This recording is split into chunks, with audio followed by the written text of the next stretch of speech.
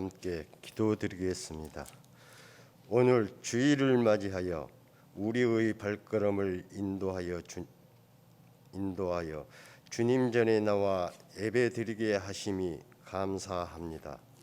올 가을에 풍년에 감사함으로 성전 앞에 모인 우리에게 풍성한 은혜를 주시옵소서.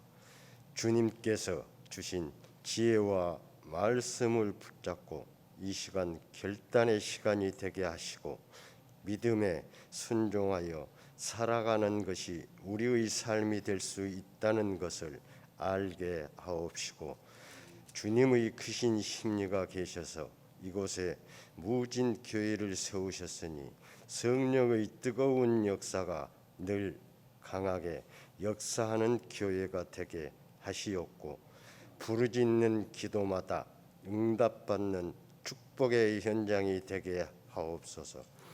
무엇보다도 주님의 도우심 아래 왕성해지는 무진의 교회가 되게 하여 주옵소서.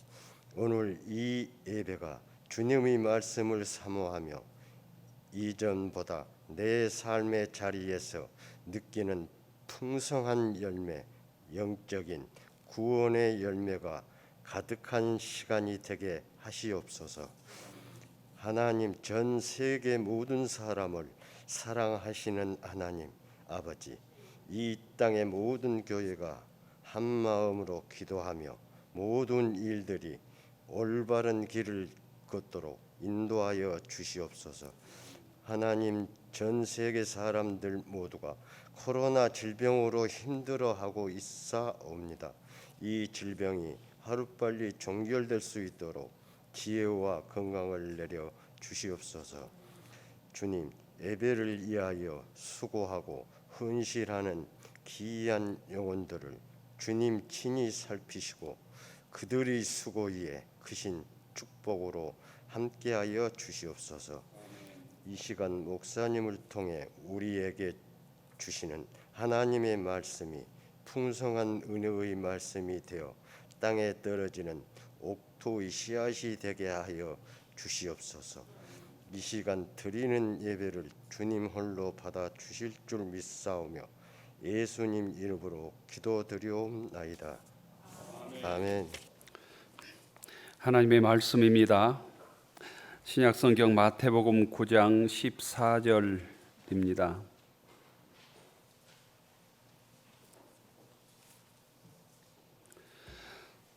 신약성경 13쪽 마태복음 9장 14절부터 17절입니다.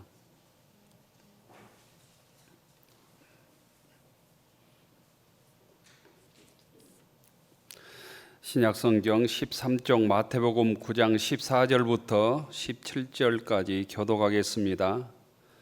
그때 요한의 제자들이 예수께 나와 이르되 우리와 바리새인들은 금식하는데 어찌하여 당신의 제자들은 금식하지 아니하나이까? 예수께서 그들에게 이르시되 혼인집 손님들이 신랑과 함께 있을 동안에 슬퍼할 수 있느냐? 그러나 신랑을 빼앗길 날이 이르리니 그때에는 금식할 것이니라. 생배 조각을 낡은 옷에 붙이는 자가 없나니 이는 기운 것이 그 옷을 당기어 헤어짐이 더하게 됨이요 새 포도주를 낡은 가죽 부대에 넣지 아니하나니 그렇게 하면 부대가 터져 포도주도 쏟아지고 부대도 버리게 됨이라. 새 포도주는 새 부대에 넣어야 둘이 다 보존되느니라. 아멘. 에베소서 4장 21절입니다. 신약성경 314쪽입니다.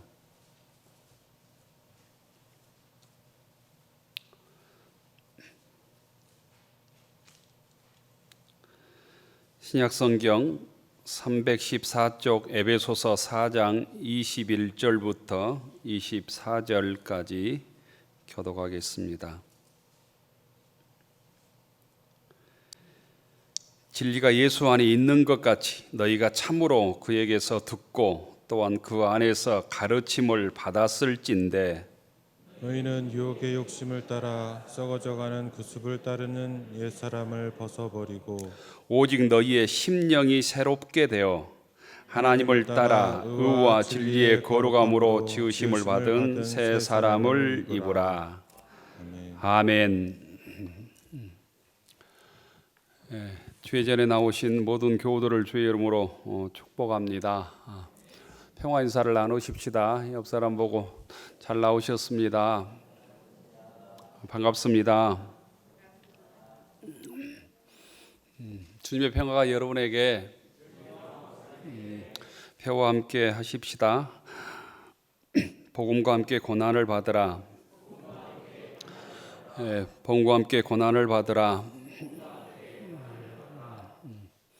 날씨가 차가워지고 있지만 가을 햇볕이 참 좋은 주일입니다. 절기상으로 어제가 상강이라는 절기였습니다. 상강은 서리가 내리는 계절이다 이런 뜻입니다.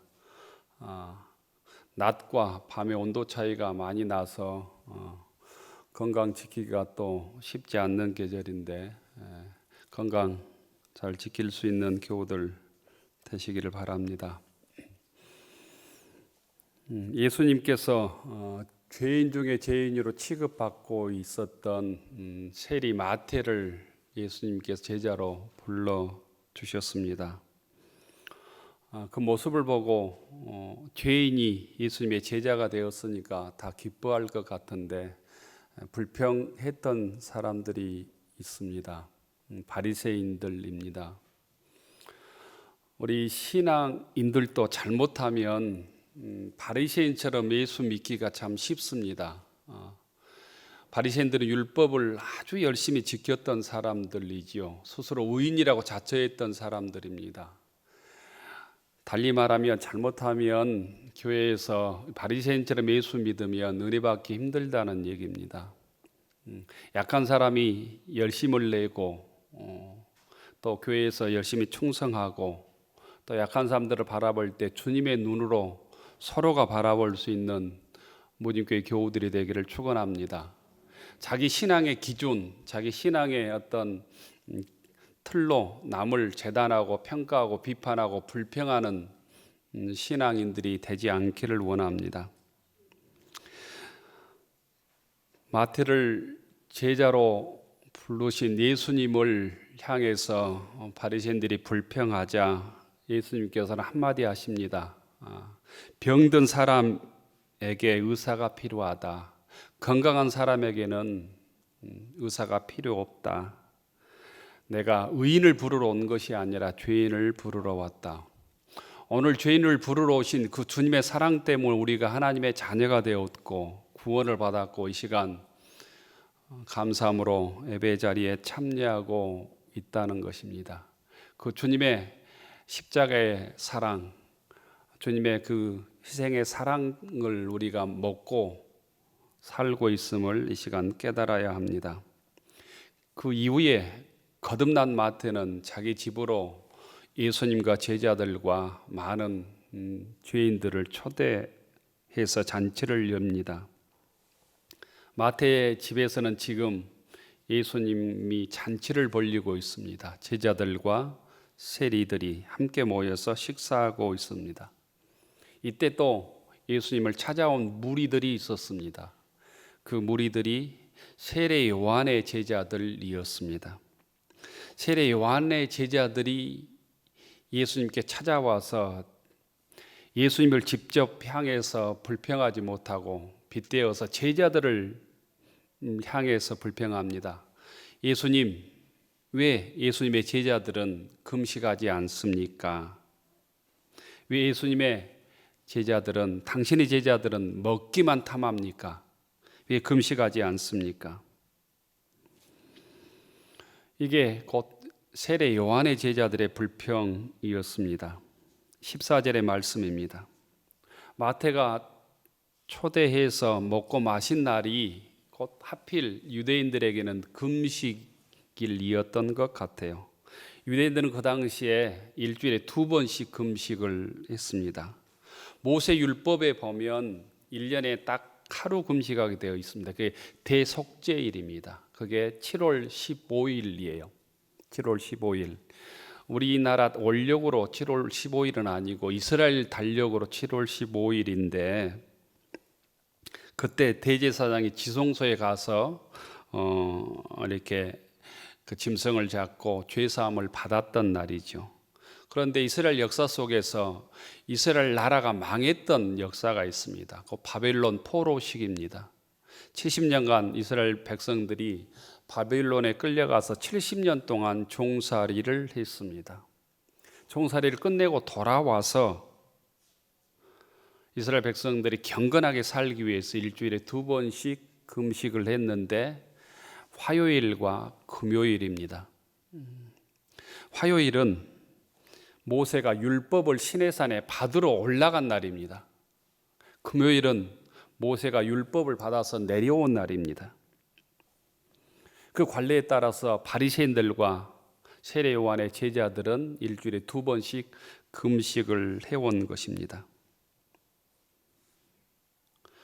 이 규례에 따라서 세례 요한의 제자들이 예수님을 향해서 왜 당신의 제자들은 금식하지 않습니까? 이렇게 질문을 한 것입니다. 예수님께서는 그 질문을 받고 세례 요한의 제자들에게 신앙의 답변을 해 주는데 신앙의 본질을 얘기해 주십니다. 이걸 3가지로 나누어서 말씀해 주시는데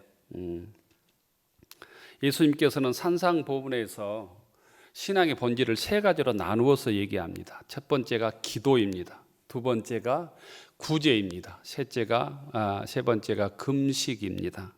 기도는 누구에게 합니까?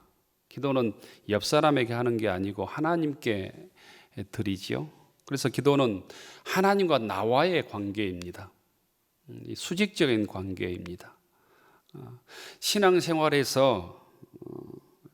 신앙생활이 튼튼하고 건강하고 또 흔들리지 않는 신앙생활을 하기 위해서는 하나님과 나 사이의 관계가 바로 되어 있어야 되는데 그게 가장 큰 것이 기도라는 거예요. 두 번째, 구제는 하나님께 하는 게 아닙니다. 이웃에게 하는 것입니다. 구제는 나와 이웃과의 관계입니다. 이 수평적인 관계이죠. 오늘 예수님의 이 세례 요한의 제자들이 예수님께 질문했던 당신들의 제자들은 왜 금식하지 않습니까? 이 금식의 문제는 하나님의 문제도 아니고 이웃과의 관계의 문제도 아니고 내 자신의 문제입니다. 내가 어떻게 신앙을 지켜갈 것인가에 관한 문제입니다. 내 자신과 내 신앙에 관한 문제라는 거예요. 내 스스로 곧 판단하고 결단할 문제라는 거예요.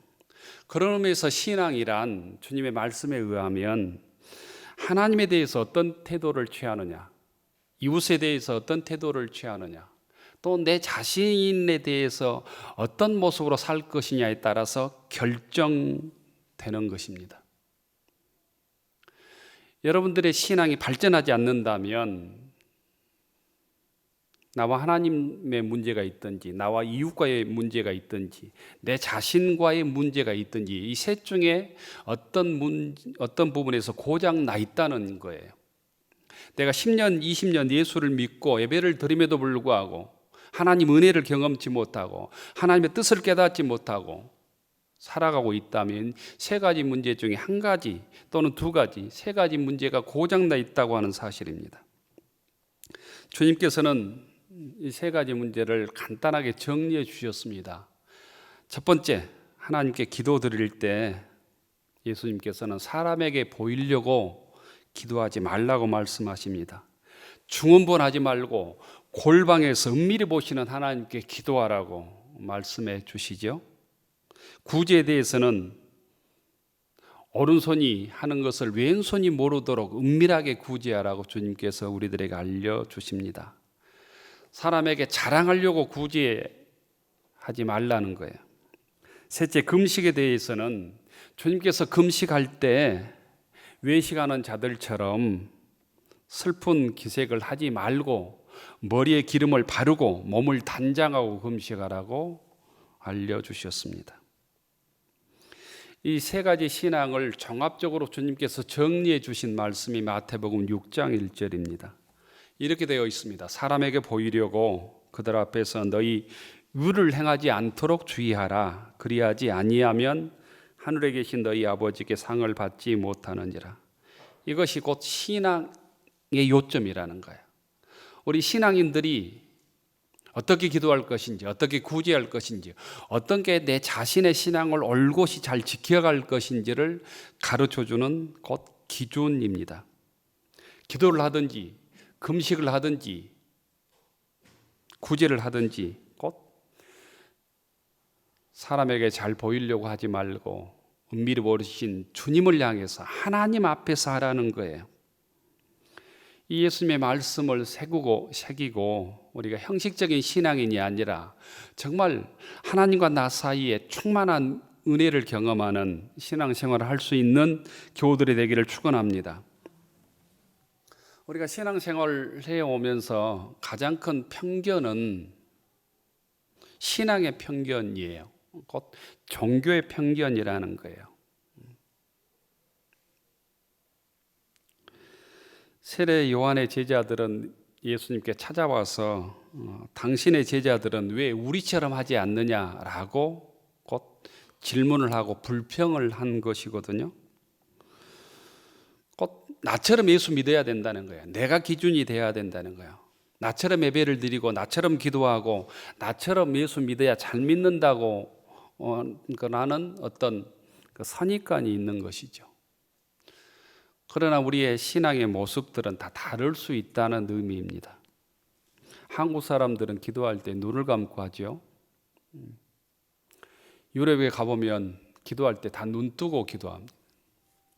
이게 문화 충격일 수도 있고 우리 눈에는 아주 경건치 못한 모습으로 보일 수도 있습니다.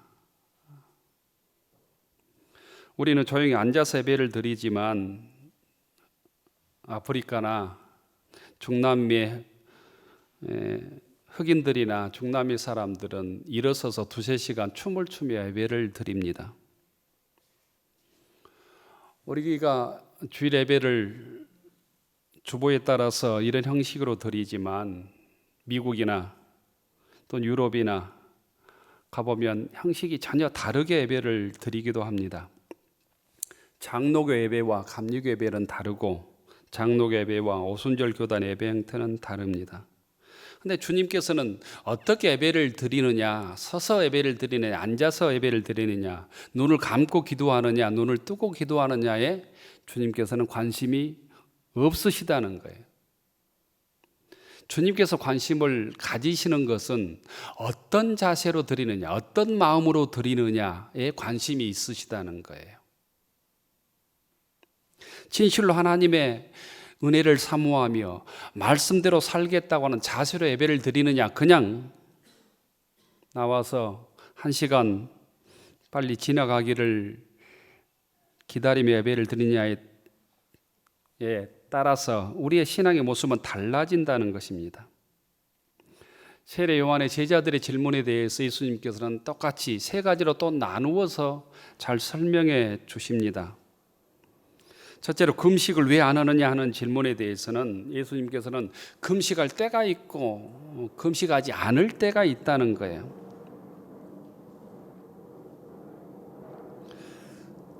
어느 때 금식할 것인가를 때를 분별하는 일이 중요하다는 것입니다. 먹고 마실 때인가 금식할 때인가를 분별하는 능력이 신앙이라는 거예요. 15절에서 예수님께서 첫 번째 대답을 이렇게 하십니다. 예수께서 그들에게 이르시되 혼인집 손님들이 신랑과 함께 있을 동안에 슬퍼할 수 있느냐, 결혼잔치에 슬퍼할 수 있느냐 이렇게 묻고 있는 거예요. 결혼잔치에 슬퍼하는 것도 맞지 않는 일이고 장례식에서 기뻐하는 것도 맞지 않는 일이잖아요. 그러나 신랑이 빼앗길 날이 이르니 그때는 금식할 것이니라. 지금은 잔치할 때라는 거예요. 먹고 마실 때라는 거예요. 즐거워할 때라는 거예요. 기뻐할 때라는 거예요. 주님께서는 자기 자신을 신랑으로 비유하고 있습니다. 영적인 우리들의 신랑이 주님이십니다. 곧 신랑을 맞이한 신부들은 기뻐해야 된다는 거야. 결혼식에는 기뻐해야 된다는, 잔치를 벌려야 된다는 거야. 그런데 신랑이 뭘 빼앗길 때가 온다는 거야. 주님께서 이 땅을 떠날 때가 온다는 거죠. 십자가를 질 때가 온다는 거야. 십자가에 못 박혀 죽을 때가 온다는 거야. 그때는 금식해야 된다는 거야. 그때는 통곡해야 된다는 거야. 예수님과 함께 있을 때는 금식할 필요가 없다는 것입니다. 주님과 함께 기뻐하고 즐거워하고 잔치하고 먹고 마셔야 된다는 거예요. 신랑이 있을 동안에는 곧 즐기는 것, 하나님께서 우리에게 주신 특권이라는 거예요. 신앙인들에게 하나님께서는 무한한 자유를 주셨습니다. 신앙인들은 죄의 노예로 사는 것이 아니라 하나님께서 허락해 주신 자유를 누리며 사는 것입니다.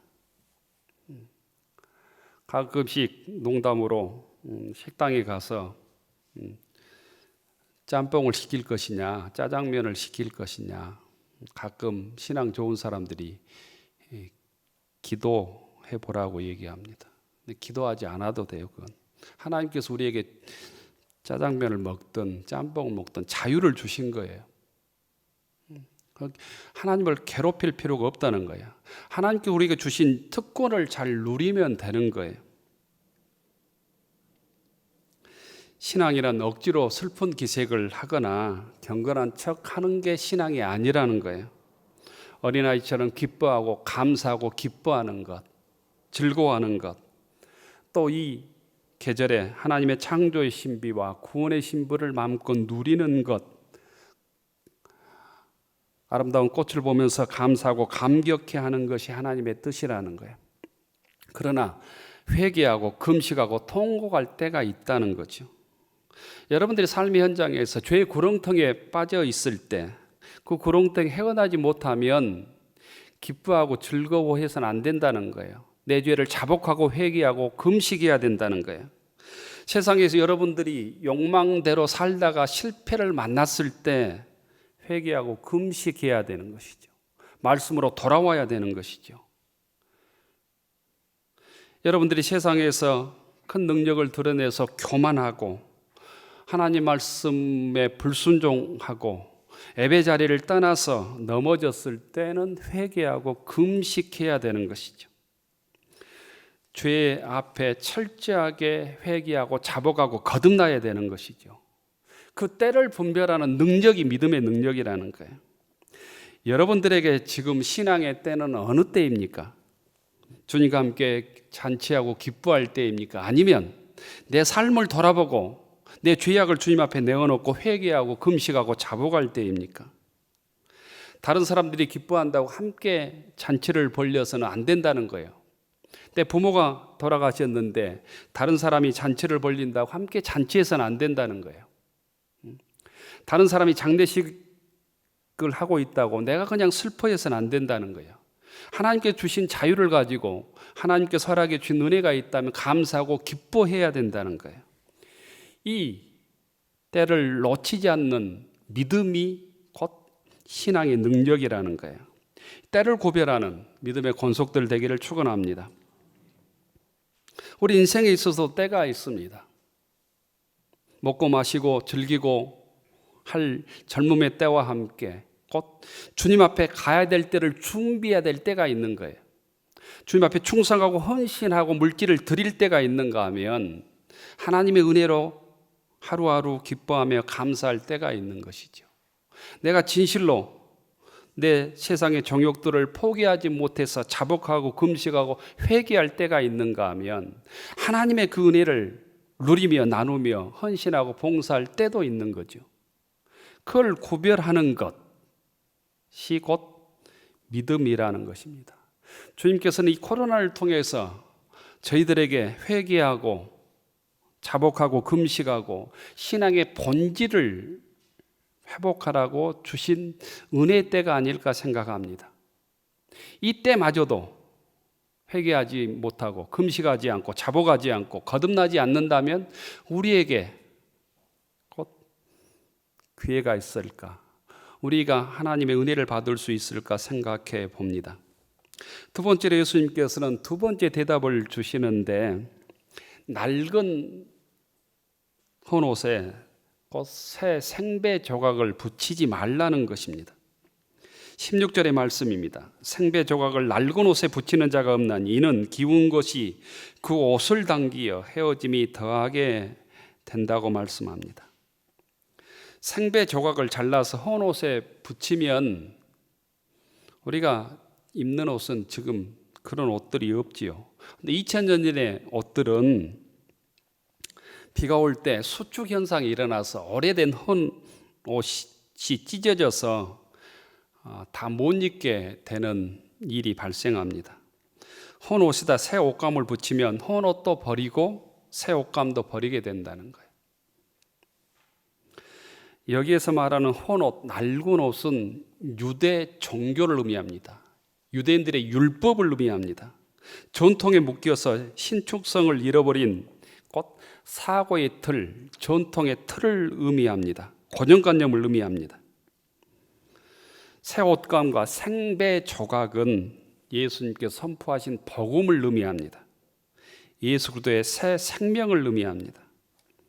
새 옷감으로 헌옷을 기우면 맞지 않는 것처럼 유대인들이 지금까지 의지해왔던 낡은 율법으로는 주의 복음을 받아들일 수 없다는 거예요.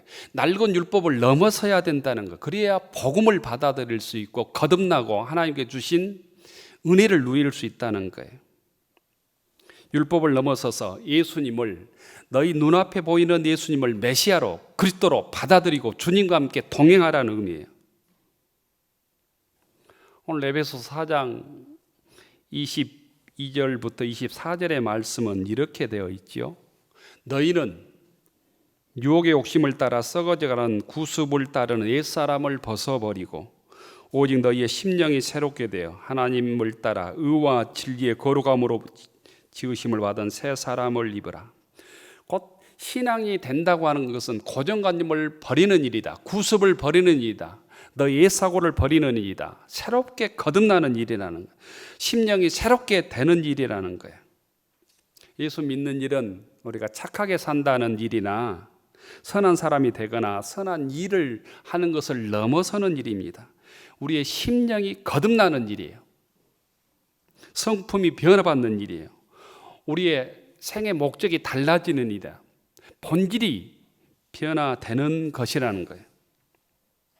교우 여러분, 예수를 믿었으면 겉모습만 변화되는 것이 아니라 우리의 심령이 변화되기를 축원합니다. 우리의 생각이 변화되고 상대방을 바라보는 관점이 주님의 관점으로 바라보아야 합니다. 마음이 변하고 행동이 변화되어야 되는 것이죠. 물질을 모으는 목적도 달라야 되는 것이죠. 아파트 평수를 늘려가기 위해서 내 생의 목적이 맞춰진 것도 바꿔줘야 되는 것이죠. 우리 모두 예수님을 믿고 거듭나서 성품이 변화되고 우리의 인생의 목적이 달라져서 내가 주님 앞에 주님께서 기뻐하시는 인생을 살아가는 믿음의 교우들이 되기를 축원합니다. 실제로 예수님께서는 새 포도주는 새 부대에 넣으라는 말씀으로 답변을 하십니다. 이게 17절의 말씀입니다. 새 포도주를 낡은 가죽 부대에 넣지 아니하나니 그렇게 하면 부대가 터져 포도주도 쏟아지고 부대도 버리게 됨이라. 새 포도주는 새 부대에 넣어야 둘이 다 보존되느니라. 지금은 물이 새지 않는 부대들이 굉장히 많죠. 비닐 부대들이 얼마나 많습니까? 플라스틱 부대라든가. 그 옛날에는 용기를 담는 그릇이 있을 수가 없었습니다. 그래서 양을 잡은 후에 목과 발을 잘라내고 그것을 꼬매서 거기에 곧 포도주를 담았습니다. 곧 액체를 담았다는 거예요. 동물의 가죽으로 부대를 만들어서 액체를 보관하는 방법은 최근까지도 팔레스틴과 남미, 유럽에서도 최근까지도 사용하던 방법들입니다. 그런데 이 가죽 부대, 양가죽 부대라든가 이런 소가죽 부대를 사용하다 보면 오래 사용하다 보면 탄력성이 이제 없어집니다. 주름이 잡힙니다. 그런데 새 포도주는 발효력이 강해서 발효되면서 발생하는 가스가 있습니다. 포도주를 담아 보면 알 수 있습니다. 발효되면서 이렇게 낡아진 오래된 가죽 부대를 터뜨리게 되는 것이죠. 그래서 새 포도주는 탄력성 좋은 새 가죽 부대, 새 양가죽 부대라든가 소가죽 부대에 넣어야 둘 다 보존이 되는 것입니다. 곧 오늘 비유는 이 새 포도주는 예수님의 말씀을 의미합니다. 낡은 가죽 부대, 오래된 가죽 부대는 유대인들의 율법, 유대인의 형식주의를 의미합니다. 곧 유대교 전통주의자들에게 곧 주님의 말씀을 받아들이기 위해서는 너희들이 변화되어야 된다. 새롭게 믿음의 용기를 준비해야 된다는 것입니다. 곧 이 가죽 부대는 형식을 의미하고 우리로 얘기하면 그릇을 의미합니다. 포도주는 내용을 의미하고 우리로 얘기하면 복음을 의미하죠. 새 포도주는 예수님께서 선포하신 복음을 의미합니다. 영원한 생명을 주신 주님의 복음을 받아들여서 살려면 과거의 구습들, 율법주의, 유대인들의 전통들을 깨어 부숴야 된다는 얘기입니다. 기독교가 고등 종교가 된 것은 예수님께서 말씀하셔서 유대인들의 율법주의를 넘어섰기 때문입니다. 자기들만 구원받는다고 생각하는 곧 유대인들의 생각들을 넘어섰고 이방인들도 죄인들도 예수님을 믿고 거듭나면 구원받는다고 하는 이 주님의 그 사랑 때문에 우리가 구원을 받았고 기독교가 세계적인 고등 종교로 발전한 것이죠. 유대인의 종교도 마찬가지입니다. 처음에 유대인의 종교도 아브라함의 부족 종교에서 시작을 했습니다. 거기에 머물지 않았습니다. 다윗을 통해서 민족 종교로 발전하고 민족 종교를 넘어서서 세계적 보편적인 곧 구원의 종교로 주님을 통해서 이 땅에 복음이 열려져서 곧 우리가 구원을 받은 것입니다. 오늘 성경에서 낡은 옷과 낡은 부대는 우리들의 고정관념을 의미할 수도 있습니다. 유대인들에게는 율법주의, 곧 구약의 율법에 얽매여 있는 사고를 의미할 수도 있습니다. 또한 오늘 우리들에게는 감사와 감격 없이 형식적으로 예배 자리에 앉아있는 우리들의 모습을 주님께서는 낡은 옷과 낡은 가죽 부대로 비유하고 있는지도 모르겠습니다. 생배 조각과 새 포도주는 주님이 선포하신 복음을 의미합니다.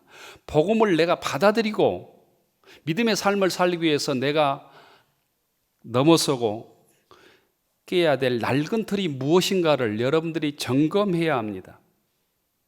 각자 그 낡은 틀은 다를 것입니다. 과거의 생각일 수도 있고 내 경험일 수도 있고 내 고루한 어떤 사고일 수도 있겠습니다. 종교적인 관습과 전통일 수도 있겠습니다. 인간이 만들어 놓은 종교적인 제도나 관습은 늘 곧 인간 중심적입니다. 세상에서는 낮은 자가 높은 자를 섬기지요. 그러나 복음은 하나님의 중심입니다. 하나님이 중심입니다. 하나님의 나라는 높은 자가 낮은 자를 섬기게 되어 있습니다. 먼저 은혜 받은 자가 믿음이 약한 자를 섬기는 것이 교회이어야 합니다. 세상의 생각을 전복하는 때 교회는 교회가 되는 것입니다. 중직자가 새신자를 섬기고 물질이 많은 자가 물질이 없는 자를 섬겨야 합니다. 세상에서 권력 있는 자가 세상에서 권력 없는 자를 섬기는 곳이 교회이어야 합니다.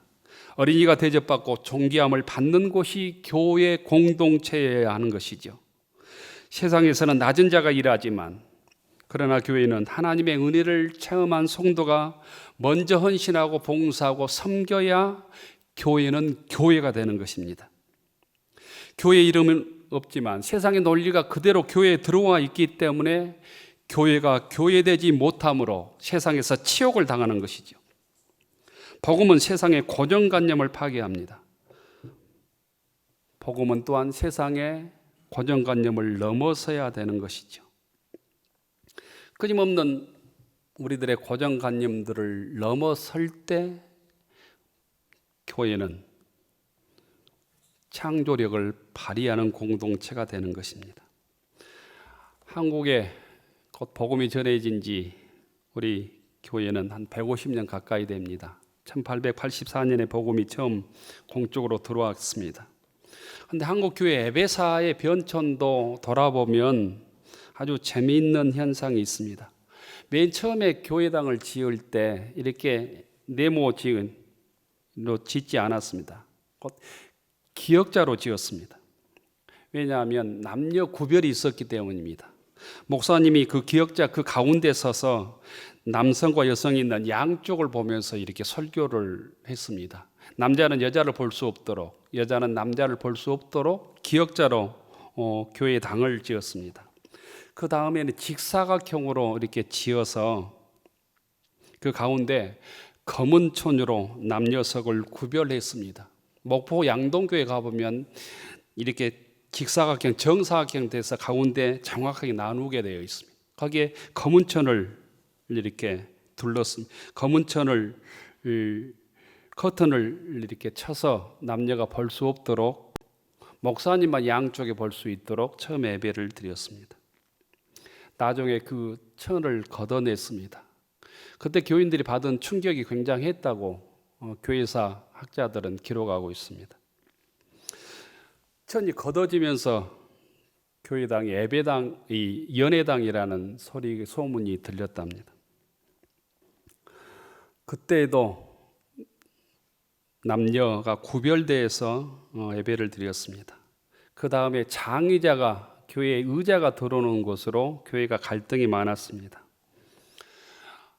하나님의 성전에 장의자가 들어오다니 감히 앉아서 어떻게 예배를 드릴 수 있는가로 갈등이 많았습니다.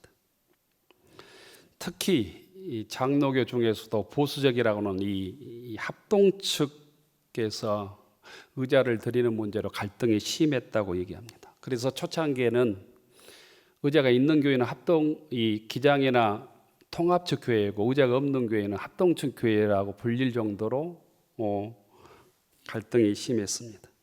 그 다음에 예배당에 신발을 신고 오는 문제로 갈등이 많았습니다. 하나님께 예배를 드리는데 어떻게 신발을 신고 예배 드릴 수 있느냐, 곧 연세 드신 분들이 문제를 삼았다는 것이죠. 그 이후에 교회 안에서 복음성가를 부르는데 기타를 치느냐 마느냐, 드럼을 치느냐 마느냐로 또 갈등이 있었습니다.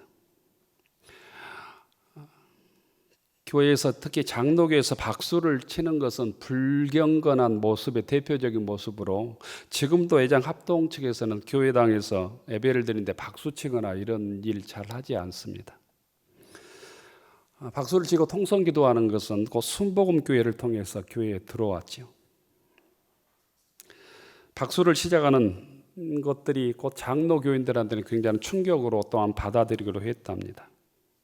그런데 지금은 이런 모습들이 교회에서 당연시 되게 받아들입니다. 박수를 치건 안 치건, 기타를 치건 안 치건, 무릎을 꿇고 예배를 드리건, 의자에 앉아서 예배를 드리는 건 중요하지 않는 거죠. 이렇듯 엄청난 변화한 물결 속에서 중요한 원칙이 있는데 곧 본질과 비본질에 관한 것입니다. 우리는 스스로 자신에게 질문해야 합니다. 복음의 본질을 우리가 가지고 있는지, 복음의 본질을 잘 드러내기 위해서 내가 비본질적인 형식들을 얼마나 바꿔가고 있는지를 물어야 합니다. 포도주의인 하나님의 말씀을 잘 보관하기 위해서 이제는 가죽 부대를 사용했다면 지금은 플라스틱을, 스테인리스를 사용해야 될 것 아닙니까? 하나님의 말씀을 이 땅에서 잘 드러내고 하나님 말씀대로 살기 위해서 내가 어떤 신앙의 형식들을 취해야 될지를 여러분들이 결정해야 된다는 거예요. 예배의 예배를 잘 드리기 위해서 우리가 이런 예배 형식을 취하고 있는 겁니다. 주일 11시에 우리가 예배를 드리기로 한 거예요. 이게 형식이에요. 어떤 데는 2시에 드릴 수도 있고 9시에 드릴 수도 있고 10시 반에 드릴 수도 있습니다.